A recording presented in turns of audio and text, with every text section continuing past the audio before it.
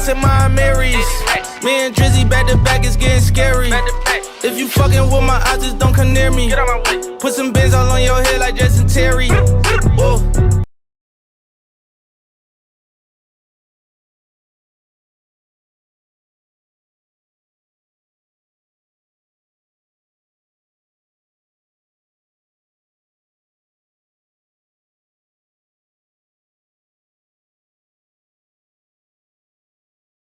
Let's get it. You already know, man, the Faison You podcast in the building with my co-host the most. You already know, Brother and Hugh, we in the building. And also back yours truly, Jazz. Let's get it. Hey, make sure you go get your products, Lips by Daddy. Make sure you get your product, Color Power.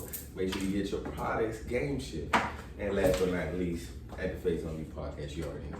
So, man, this is episode 237, man. Mind your business, man. One of the few things I feel like can be appropriated for Black culture, minding your business. No, sure. Everyone can appropriate that. We need to talk about this. So my favorite saying is minding your business is good for the skin. It is. Stay in your own lane. You know what I'm saying? Less drama. So our agenda today, man, true or false? If you're broke, it's 100% your fault. Making money is easier than ever nowadays. Your thoughts? You know, YouTuber DDG had said that. It was a controversial statement, but, you know, we're going to get your views on it. So United States troops are being sent back home after 20 years due to Taliban taking over Afghan. Very touchy subject, and it's a deep dive. We're going to talk about that. And as already, top 5 sneakers of all time. This is a real good conversation. I want to know what you guys' best sneakers are. We're going to see what y'all drip is. Naomi, I always forget her last name, Osaka, donating prize money to Haitian relief efforts in the midst of their 7.2 magnitude earthquake, actually. So different times we're in. And lastly, the best question of them all: would you rather 9 to 5 or entrepreneurship? I think I've done this one before, but I wanted to get everybody really good opinions on that. Yeah, no, for real. Nobody be Simone for me, yo. All right, so man, first, man, on our agenda, true or false, man, what do y'all think? If you broke, it's 100% your fault nowadays. Making money is easier than ever. Now, being broke can never be, I don't care what time you live in, it can never be 100% your fault. Yeah. Mm-hmm. Things happen, man. It's a crazy world we live in. Things happen. And unfortunately, you know, again, that's one of the reasons why I love rap music so much, is because it was one of those things that it taught me, because, you know, when you're young, your view of the world is literally the view of the world that you have. 2-parent household, you know, my neighborhood wasn't like hood, but it wasn't the best. So I thought it was like, so, but that's your view of the world. You know, your view of the world, I got 2 parents in the home, I grow up in church, I go to church, I think everything is, that's how it's supposed to be, because that's my view of the world. Mm-hmm. And rap music taught me that no, there's actually a whole other side of the world that's not this pretty. It's actually worse, and everyone doesn't grow up like this. Everyone doesn't grow up with the dad, and everyone doesn't grow up with both moms. Everyone doesn't grow up with both parents loving them, and everyone doesn't grow up with 2 parents or people who have financial stability. So everything can't be 100% your fault. I do agree a little bit that making money is easier. I wouldn't say easier than ever, but I would say easier than ever, solely off the fact we have social media. You got phones. That's a fact. You can make money off your phone. You got Uber. You got Lyft. You got all these entities. You got Turbo. You got we can go Airbnb. You got so many ways entities of income. So I understood what he was saying here, but I agree to your point. You got to understand everybody's situation is different. You know, everybody doesn't have access to a phone or computer, or can't just get that easily. So what do you think? Like, the majority of my family have government jobs. Mm-hmm. So in my head, I'm like, I need a government, I need a desk job. And then, the whole time I was trying to get in high school, it's like, oh, you need a college degree. And then now after I have my associates, it's like, oh, you need this experience. So it's just like, how do you expect people to get experience for a job you won't hire them for? And especially now I'm in college studying a dual degree, and they're still like, oh, well, we need this experience. And it's just like, well, which one of y'all niggas is going to give me a job then so I can gain this experience? Or it's still like everybody doesn't have the same support system. Everybody has, some people have different financial needs, like different bills. Some people have kids. Right. Some people have health issues, and no insurance, and so it's a lot of different factors for why different people could be broke. You have people like, I use, dude that created the circus, from The Greatest Showman. Like, I know it's not back in those times, but it still happens today. You got people who, only have, the only family they have might be their parent. Don't got no other type of family and their young kid, and then what happens when their parent dies? You know what I'm saying? It's like, is it 100% his fault that he's broke? He has nobody to help. He's got nobody. He's very young. He's going to have to figure it out, but he has nobody and not much of anything. So it can never be 100% your fault. So I definitely when all of us agree, we will say false for real at the end of the day, because it's it's just different situations, different times. But on to DDDG point, I understand what he was saying about just the realm of everything and having access to a lot of things and entities in which you can really gain income and profit off of, like such as YouTube, such as Spotify, different platforms. And a lot of people still don't even have internet in their homes. They don't have computers. Some people don't have smartphones. Correct. So it's just like not everybody has the same resources. Right, exactly. So, I will agree that, I'll walk back that it is easier than ever, because you got dudes in jail making TikToks. So correct. Like you said, everybody don't got internet, but at the same time, it's like, listen, if these brothers in here who ain't supposed to have nothing can create, you can create. That's true too. You can do something. Yeah. It always go hand in hand too, because just like he was just saying about the government position and things, people have different outlooks of what they want to do in life. So it may not be from a creative standpoint all the time. It's not. So in which that all these these entities are, that's not just for everybody. You have a lot of people that really make good money off of the driving Uber, Lyft, and those things, but that's not for everybody. People don't like to drive. People don't have the patience to do certain things. So it's just like really looking into certain things. And then you got Airbnb. Everybody is not really into the real estate property investment type of mindset. Or so it's just different. Home to strangers. It's just different. It's just just depending on who you are. There's this other joint that it's called Get Around.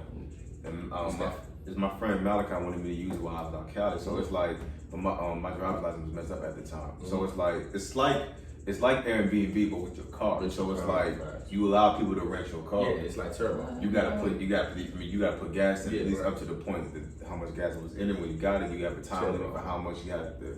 What time you want to use the car? You have to bring it back at that time. Take pictures of it to make sure the car's not damaged in the right spot.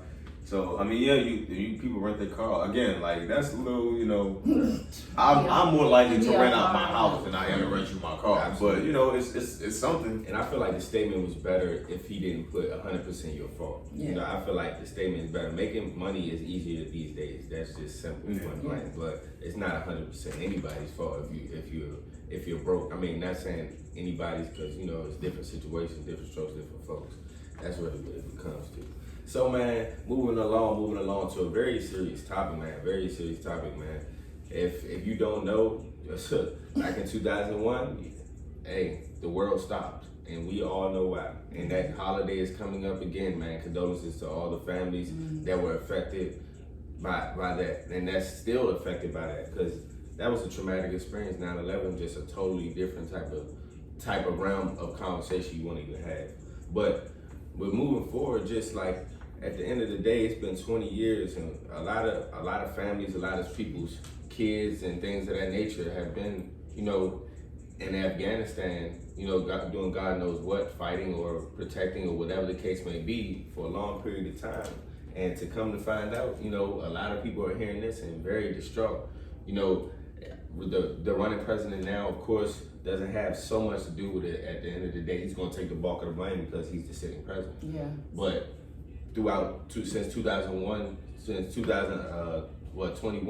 you got to think about this, like, in the aspect, Jazz, if we were right here and we just start hearing another military from a whole nother country coming into our background and telling us certain things that we need to do, I'm not saying it in the sense, I'm talking about a longevity of time after certain things are gone and past. It's like an eerie type of feeling, because that's people's children, that's people's daughters, that's people's sons, that's fighting a war that really doesn't really pertain to him anymore. I'm just being real about the situation, if I can be strictly honest. It was never say it's pointless, but it's a lot of money and a lot of lives that were wasted in a war that we really, over time, didn't need to be involved in. So now, right now, it's just a traumatic experience that a lot of these Afghanistans are going through, because they are people, regardless of anything. Yeah. And that's what I feel like we overlook with all this drama, with all this war and combating in battles and want to go against each other. We're human beings, regardless of anything. We're human beings. So the Taliban has taken over control of Afghan, and it's been really just going viral and going mayhem. And I seen the viral clip of the airplane leaving, the U.S. troops were leaving, and you know, they were trying to get on it, and they was falling off of the plane. So I'm just trying to get y'all views and thoughts on this subject right here. This is it is sad, because it's just like, you know, you involve yourself in something that doesn't really need your involvement in. You let other countries be other countries. I mean, they start messing with you, that's one thing, you know, and you know, obviously they did that. correct. So back in the day. But at the same time, it doesn't give you right to bomb innocents and children and things of that nature. Because I don't know necessarily if everybody that was involved in like taking over is Taliban. You know, I think there might be Afghan people, you know, just because they don't want you here doesn't make them Taliban. Like, they could be regular Afghan people who don't want U.S. troops patrolling all over the place. That don't make them part of the Taliban.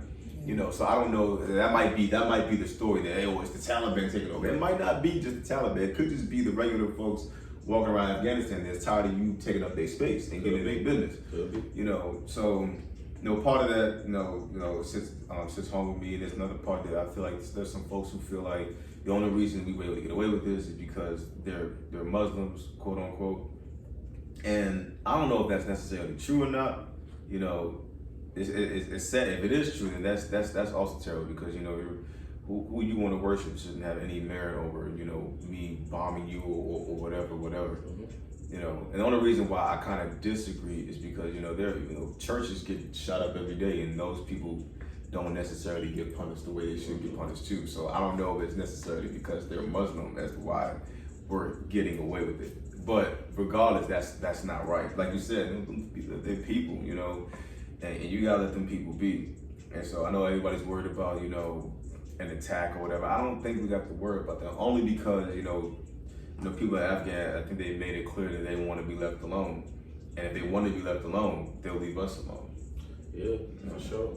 So, what you think about it? One of my professors has said that they stayed so long because when they first went over there and like shut the Taliban down and stuff, and then if they just would have left and didn't help those people, it would look bad on us. So that's why they kind of stayed so long. And then also, like you said, it could have been regular people helping as well, just the people who don't like the Americans. But then there's also people over there that's scared for their lives because they hanging on to the side of the plane. Like, even if you're hanging on the outside, once you reach a certain altitude, you're gonna suffocate. Right. You're gonna die regardless if you're not inside a closed, Right, correct.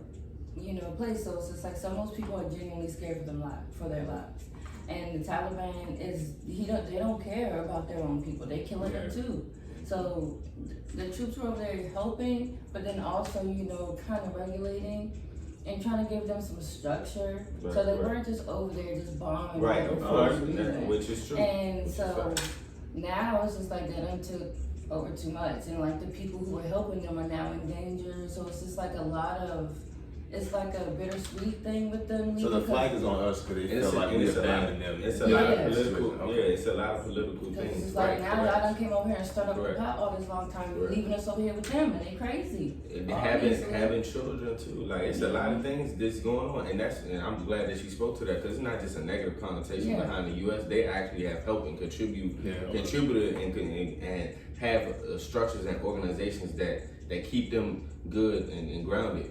But also at the end of the day, you that's want the troops to that's come what home and all. Like, it's sad that they have to be over there, but at the same time, it's just like those people over there are now defenseless, and Exactly. you know they don't got no government. They got these crazies over there like do what I say or die.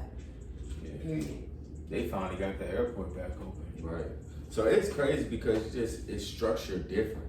You know, like that's like we're blessed in so many ways because this You country. tell everybody on this podcast, listen, no matter I what get it. you This say. country It's is not wild, but perfect. at the It's same wild, but at the time, same time, and yeah. you are not going to find perfect soil. You go There are to third world places countries. that you could go to that you would be like, man, I'm so glad I live here. There's a reason why all these foreign people keep wanting to come here. You think they crazy for wanting to come here. No, they're not crazy. You have no idea the things that they have to deal with outside of this country. Like, it's not perfect soil.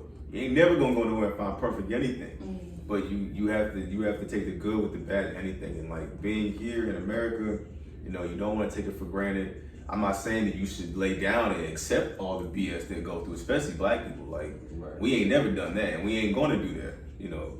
So I'm not saying that is the case, but at the same time, it's like, listen, all this talk about I'm gonna go somewhere else. Like, all right, go somewhere else. Yeah. You gonna be trying to figure out why you left. True. The structure is totally different in different places. Especially places where like people go for vacations, like Jamaica. Right, like not certain pretty. places, right. The Dominican Republic, not really pretty in the cities. Like there's a Belize, not that pretty. And outside of the beaches and stuff like and they going through real political things over there, like a dictatorship and different types of realms you got monarchy of things, right? Things that you like, we see movies out of, like you don't even like. I remember reading about the news with the queen. Like, I'm like, is this a fairy tale? Like, are you serious? Like king, the queen has son marries like low-born daughter. They don't like the daughter. They don't like the son and daughter flee with their child. Like, are you like, this is like something out of a Disney movie. This is actually real. This is real life. Right, depending on your location. We don't have to deal with that. Yeah, thankfully, hey, thank you, love you, right? spoiled. Because that's different, man. That's That's different. why. So moving on to another, a good topic, get us in some good spirits, talk about some drip real quick, man. Top 5 sneakers of all time, man. Ladies first. Let's get Okay, it. so I don't really wear sneakers. I wear heels, no platforms, Crocs, slides, sandals, Vans. Vans top 2. I got Sippies for when I'm in the house. I got them too. I got the Sippies, and I'm kind of country ghetto, so sometimes I just barefooted, man. Depending on that. Hey, ain't nothing wrong with that. It's whatever is comfortable to you. And I absolutely, a lot of people would have Crocs and Vans in theirs too, man. Comfortability, man. Vans is by far. Go ahead, bro. Look at my work pants. I think the best shoe for me is Space Jams. And the Space Jams is number 1 for me. I got the Aqua Ace is number 2. Number 3 is True Blue 3s. That's my favorite sneaker of all time. I love True Blue 3s. 4 and 5 is I'm trying to figure it out. I know it's not a Jordan. I'm gonna go with probably Air Yeezys. Air Yeezy 2s, the number 4. Air Yeezy 2s are really fire. Shout out to Kanye West. I can see you saying that. And the fifth one, I don't know, man. Like, fifth one is that's a hard one all time. You got so many. You got Jeremy Scott Adidas's. You got Vans. You got the Dunks. In my opinion, I think you would say Jeremy Scott. You think I would say Jeremy Scott? Jeremy Top 5?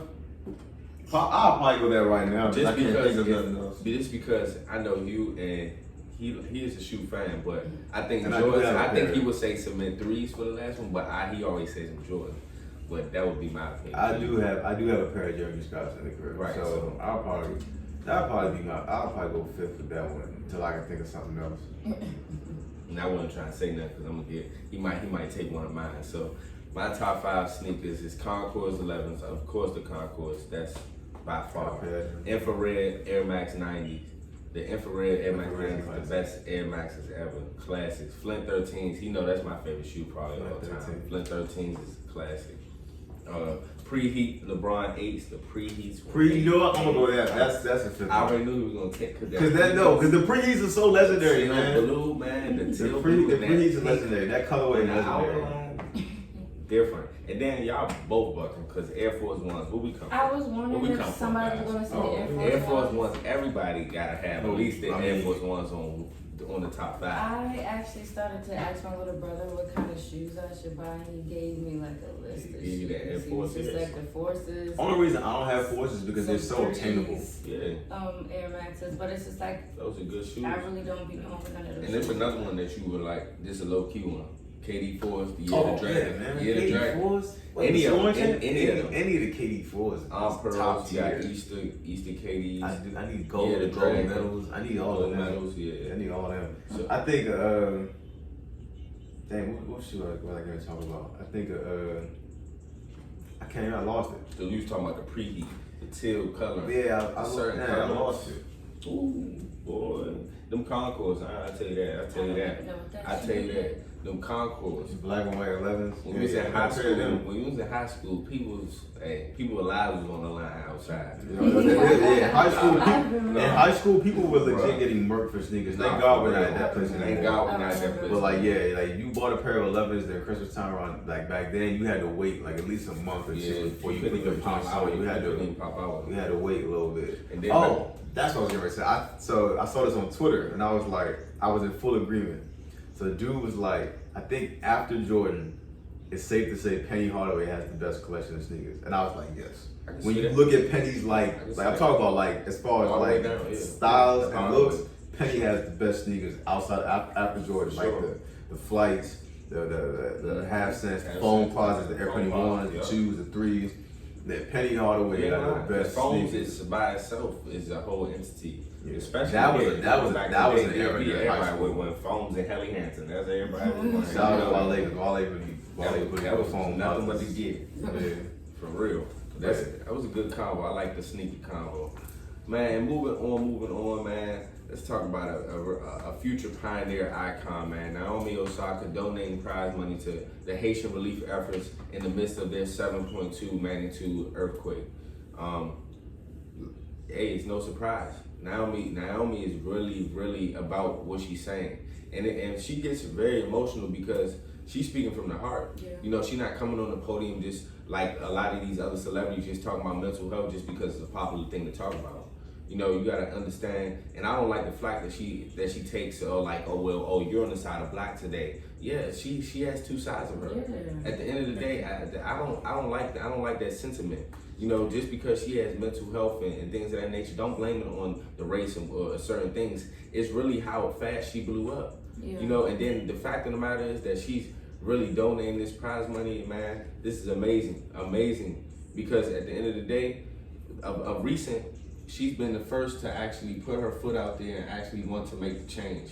That's what we ask of a lot of these celebrities, not saying that they have to do so, but instead of flaunting your money and showing a money phone on Instagram and things of that nature, let's see what you are really about on these certain type of platforms. Because she's not going on her Instagram and be like, oh, well, this is what I'm going to do. She getting on her platform and like, okay, I'm going to put the world on notice because all the eyes on me. And you know, Haiti, they going through a crazy time, just like we said about these different third world countries, different countries in which that we take for granted. You know, they dealing through a 7.2 earthquake. You know, thousands have lost their lives. What, 10 years maybe? Within the last decade? Right, and it's not a thing that just just happens randomly. This is a reoccurring thing with them, and you gotta think about it. Like he just said, within 10 years.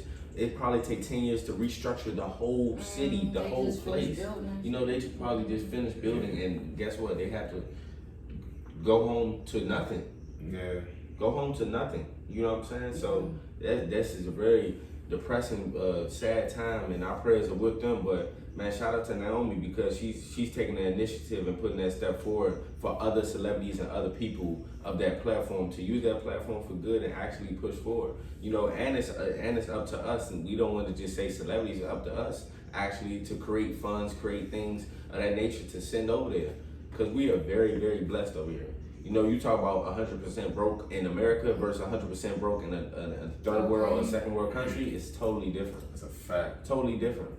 You know, and we're not trying to sit here and say it's not homeless everywhere, but also here, you're granted with more opportunities. Yeah. So my homie from the Philippines said one thing is different between being broke in the Philippines, you be broke here. You broke here, you have an opportunity to come up and do something.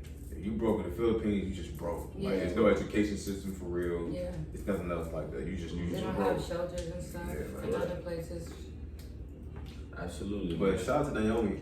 What did she win? I didn't know she started competing again. I know she was taking a break, you know, for her situation. But you know, definitely big ups to her for wanting to take the prize money and put it to good use. You know, I think it's about time. I think she's due some good press because she was getting a lot of bad press for much of nothing. For no Right, that's reason. what I'm saying. Like, I don't know. Listen, I get it. It's a part of your contract to talk to folks, but at the same time, they don't want to talk. I don't think it should warrant a worldwide discussion. And what frustrates me the not most, wanting to talk. what frustrates me the most is just like it's always this connotation of like celebrities, or not even just celebrities, just people in general. Like, oh, watch what you say about politics. At the end of the day, like, these are worldwide issues. Yes, it's politics, but we are human beings. We can talk on certain things. And honestly, they want you not to talk about politics because they don't want you to know certain information. Yeah. That's really what it really comes to. But you have to be privy to the information. You have to know. At the end of the day, that's what drives the world. Is information. Listen, man, you got days when you on your job when you don't feel like doing things you're supposed to do on your job.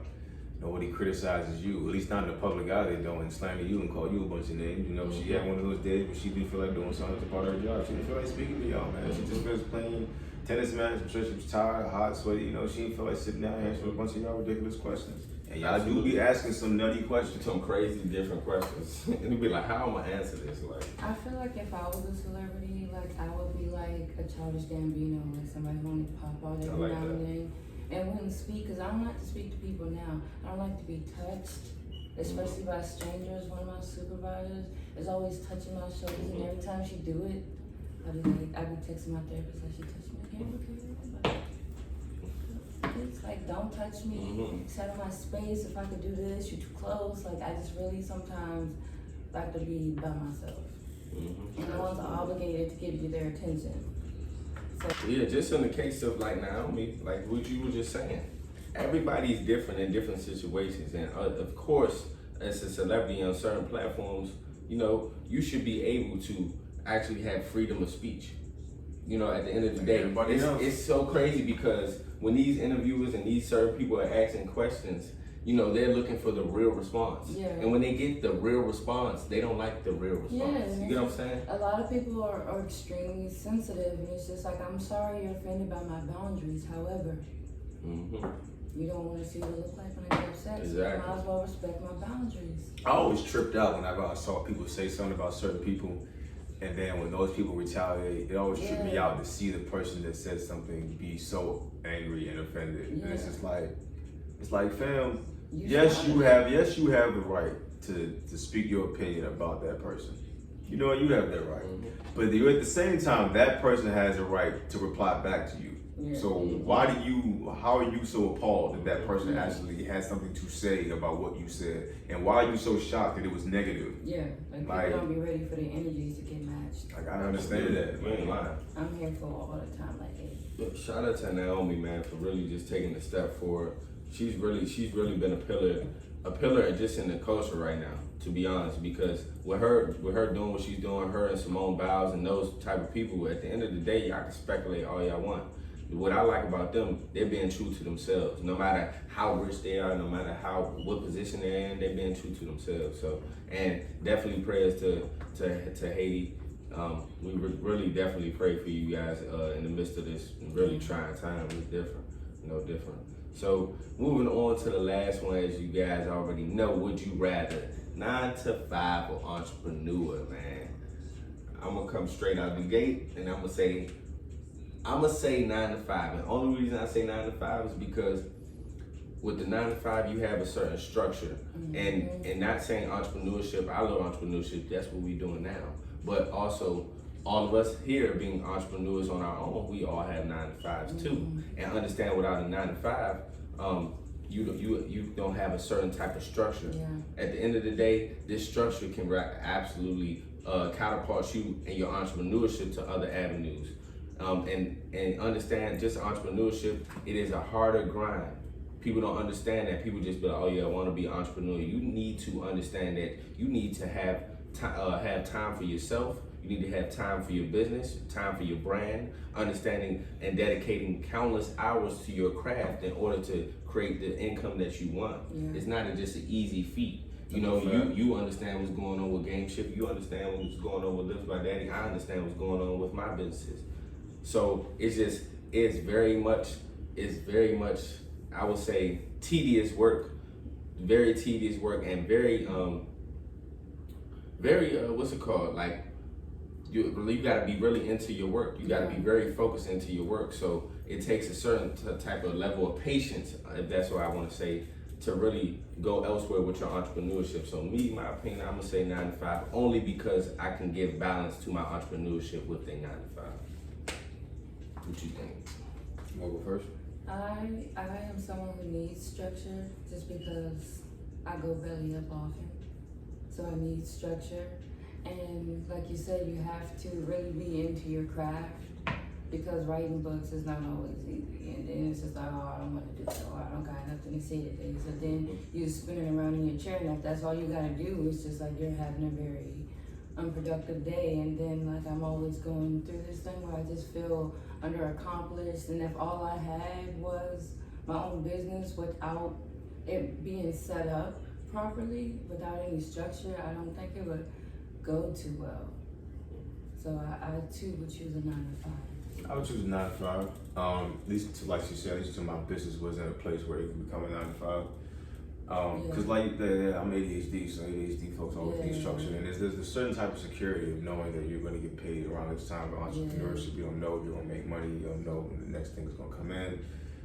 Definitely you get benefits along with your 9 to 5, depending on where you work. You know, you get health, dental, and I think you can get life insurance and stuff like that. Absolutely. And 401k. All those things are important, you know, because anything can happen to you at any moment in time. And you don't want something crazy to happen to you, and you don't have the abilities to to pay for it, you know. So 9 to 5 definitely help with creating being an entrepreneur. They help, like they give you working a 9 to 5 will help you, you know, become a better entrepreneur. It's going to teach you certain things that you may not realize you're learning, but you are going to need to learn in order to become an entrepreneur. Like I always say, listen, if you want to become a boss, you need to work with somebody because it's going to teach you, one, how to be a boss, and two, it's going to teach you what type of boss you don't want to be. Yeah, you know, that's another thing that you always take a look at when I'm at work. You know, how my manager does certain things, how he handles certain situations. Because you don't have a boss you want to be, but at the same time, you know what kind of boss you don't want to be. So everything I've been able to learn, you know, to apply to game shift was because of my last job and, you know, my current job. So Absolutely.